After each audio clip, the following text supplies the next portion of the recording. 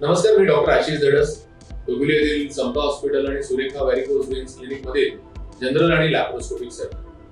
आज मी महाराष्ट्राच्या माध्यमातून आपल्याला मूळव्याध, त्याची कारणं व तो टाळण्यासाठी काय उपाय करता येतील याबद्दल थोडी माहिती देणार आहे. तसं बघता मूळव्याध, ज्याला आपण ॲलोपॅथी भाषेत पाईल्स किंवा हिमोरॉइड्स म्हणतो, हे अनेकांमध्ये आढळून येते आणि अवघड जागेचं दुखणं असल्यामुळे अनेक रुग्ण यासाठी वैद्यकीय सल्ला घ्यायचा टाळतात. पण योग्य सल्ला व उपचाराअभावी हा आजार वाढू शकतो. रोज होणाऱ्या त्रासामुळे या रुग्णांमध्ये मग क्वालिटी ऑफ लाईफ खूप सफल होते. अगदी जेवण करायला, शौचाला जायला पण भीती वाटू लागते. पण हे सगळं टाळता येऊ शकतं. प्रथम हे बघू की मूळव्याध म्हणजे नेमकं काय.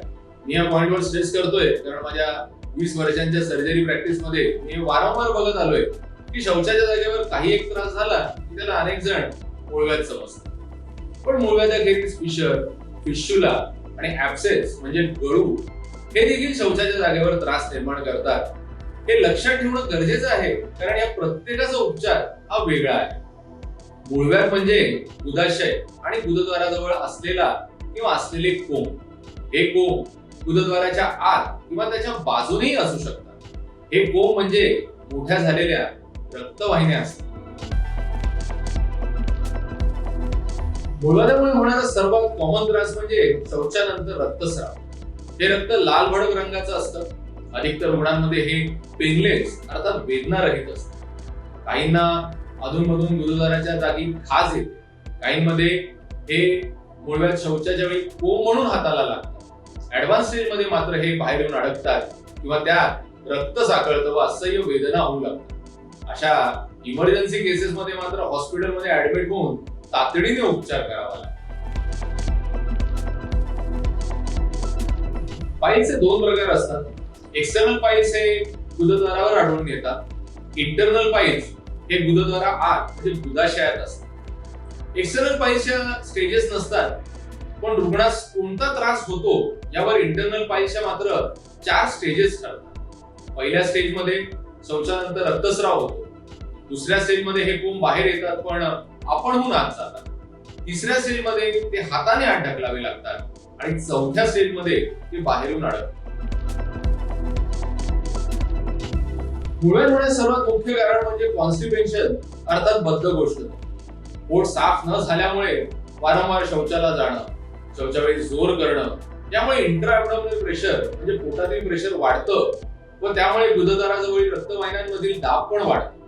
कालांतराने त्या मोठ्या होतात, त्याला आपण मूळव्याध म्हणतो.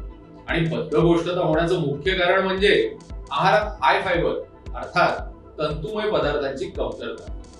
वाढलेलं वजन व सतत जड वस्तू उचलून देखील काहींमध्ये मूळव्याधाचा त्रास होतो. काही महिलांना गर्भावस्थेत याचा त्रास जाणवतो. काहींमध्ये अनुवंशिकता पण आढळते. मूळव्याधाचा त्रास टाळण्यासाठी सर्वप्रथम बद्धकोष्ठतेचा त्रास टाळायला हवा. आहारात हाय फायबर फूड्स म्हणजे तंतुमय पदार्थांचा समावेश केला पाहिजे. फळे, पालेभाज्या, कोशिंबिरी, सुकामेवा, कडधान्ये हे पदार्थ तंतुमय पदार्थांचे स्रोत आहेत. दिवसभरात 8 ते 10 ग्लास पाणी प्यावे. शक्य असेल तेव्हा, नाहीतर किमान सकाळी उठल्यावर रात्री झोपताना तरी कोमट पाणी प्यावे. आतड्यांची मोटिलिटी म्हणजे हालचाली वाढाव्यास याची मदत होते व बद्धकोष्ठतेचा त्रास काही प्रमाणात कमी होतो. अतिरिक्त प्रमाणात चहा व कॉफीचे सेवन टाळावे. मद्यपान टाळावे. शौचाची भावना झाल्यानंतर शौचात जाण्यास उशीर करू नये. असे केल्यामुळे शौच अधिक कठीण होते आणि त्यामुळे शौचात जोर करावा लागतो.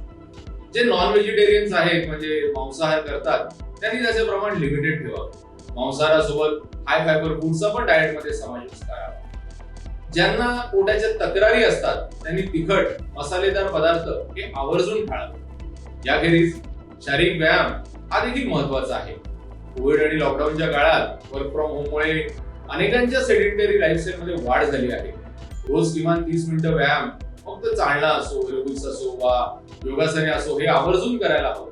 पचन संस्था योग्यपणे कार्यरत ठेवण्यात व बद्धकोष्ठता टाळण्यास याची मदत होते. रात्रीची किमान 6 ते 7 तास नियमित झोप मानसिक ताण आणि तणाव नियंत्रित ठेवण्यास खूप मदत करते व हे देखील आपल्या पचन संस्थेच्या कार्यक्षमतेसाठी गरजेचं आहे. बहुतेक वेळा पायचा त्रास सौम्य स्वरूपाचा असतो. पण वयस्क व्यक्ती म्हणजे 50 वर्षांवरील जे आहे त्यांच्यामध्ये ही गोष्ट महत्वाची आहे. अशांमध्ये पूर्वी पायीचा त्रास नसेल पण तो जर अचानक सुरू झाला व त्यासोबत वजन कमी होऊ लागलं, थकवा जाणवू लागला, तर याची तपासणी सर्जन अथवा गॅस्ट्रोएंटरॉलॉजिस्ट कडून करून घ्यावी. काही केसेसमध्ये हे असे पाईल्स उदाशय किंवा मोठ्या आतडीच्या कॅन्सरचं लक्षण असू शकतात व त्याचं वेळीच निदान होणं खूप आवश्यक आहे. पाईल्सच्या ट्रीटमेंट बाबतीत बोलायचं झालं तर आमच्यासारख्या सर्जन्सकडे येताना अनेक रुग्ण धास्तावलेले असतात. पण प्रत्येक केसमध्ये शस्त्रक्रियेची गरज नसते. इंटरनल पाईल्सच्या पहिल्या व दुसऱ्या स्टेजमध्ये ओरल मेडिसिन्स म्हणजे गोळ्या औषधांनी व गुदद्वारावर काही विशिष्ट प्रकारचे मलम वापरून आजार आटोक्यात आणता येतो. आहारात हाय फायबर फूडचा समावेश, लॅक्झेटिव्हचा वापर करून बद्धकोष्ठतेचा त्रास कमी करता येतो.